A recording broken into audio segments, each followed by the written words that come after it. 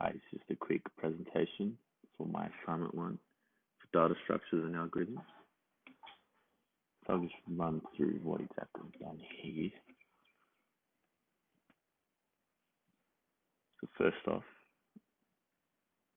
there's some private variables here which act like global counters, which will be used throughout this class. So I've got total number of edges, which is set to 0, and total number of vertices, which is also set to 0. They're basically global counters. I do believe they are better for time complexity rather than looping through. I'll show you a bit later on exactly what I mean by that. So let's continue.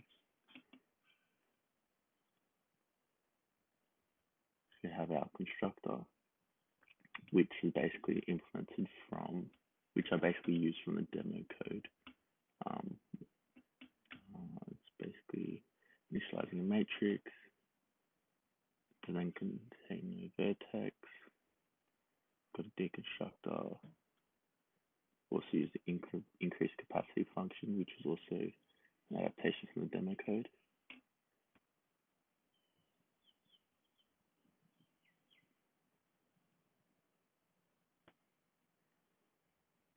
Then we have the contains function, which basically runs through the vertex weights, and if it's 0, basically means it is false and that vertex is not in the graph. If it's greater than 0, it means that vertex is there.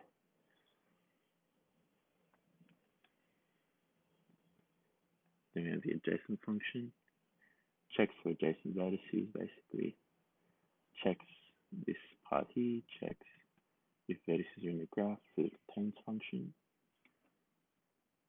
and then if vertices are not equal to 0, it will return true.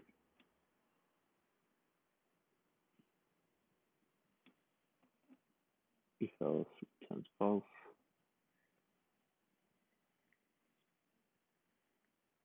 Then this is also an adaptation from the demo code. The add vertex function, sorry. So is the add edge function. So I won't really talk about it much. Basically, what I will say is I have used the global counter, which counts the amount of edges and vertices there are, and basically iterates through and adds 1 for every new vertex created and for every new edge that is created. I believe this is the reason for these global counters, such as total num edges and total num vertices, is because the global counter saves time, because you just return the counter big O of 1 rather than iterating big O of n, or even worse. So it's the same for remove edge. When we decrease 1, each time the functions run. We go down to the integrate function, which basically counts the edges coming into the vertice. As you can see, we've got edges coming equals 0, which basically holds the amount of edges coming into the vertice. Then we check for the given ID of the vertice is in the graph. Then we loop through the num vertices and iterate through each vertice and count all edges coming into the vertice with this. Same sort of thing here. Loop through the number of vertices and iterate through each vertice and count all edges leaving the vertice. The only thing that's different is this part here, this if condition.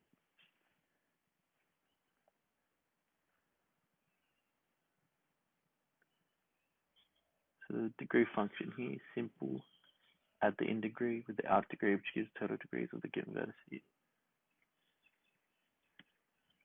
And here we have the number of vertices function, which returns our global counters that I mentioned earlier. So total number of vertices, total number of edges.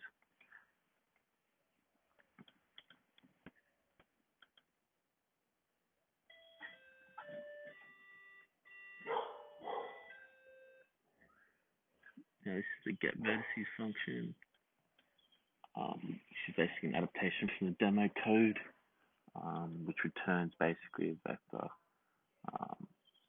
list of vertices.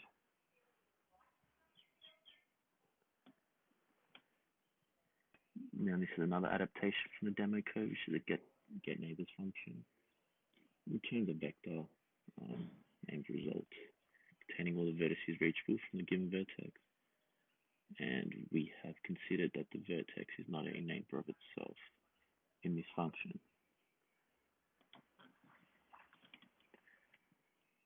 Now this is the get second order neighbors function, which is designed to return a vector containing all second order neighbors, excluding itself, of course.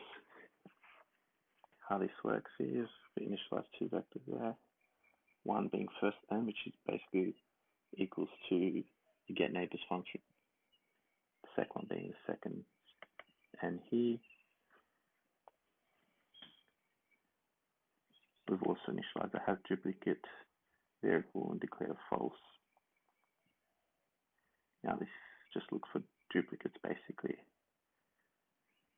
So if this ID can be found in the graph, we have a for loop here, loops through the vertices, looking through the first order neighbors. Then we check to see if it is a duplicate.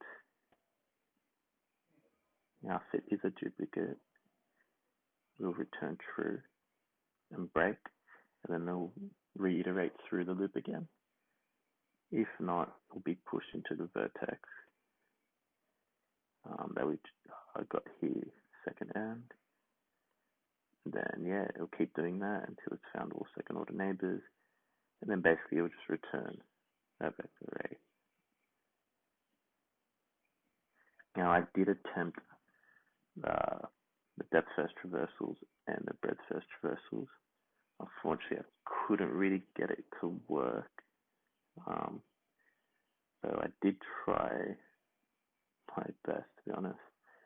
So I used a stack for the depth first and a queue for the breadth first.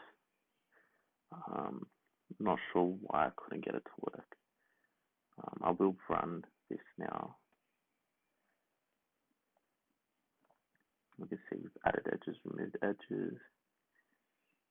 I've got all my tests here, the adjacent test,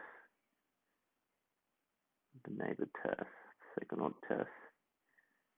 I got DSS here, could not get it to work. It's a real bugger. But yeah, that's pretty much what I got up to. I ended up getting 7 out of 12. I was really trying to aim for 10 at least, but I really got stuck on the traversals, so that was pretty much it for the assignment. Thanks for tuning in. See you later.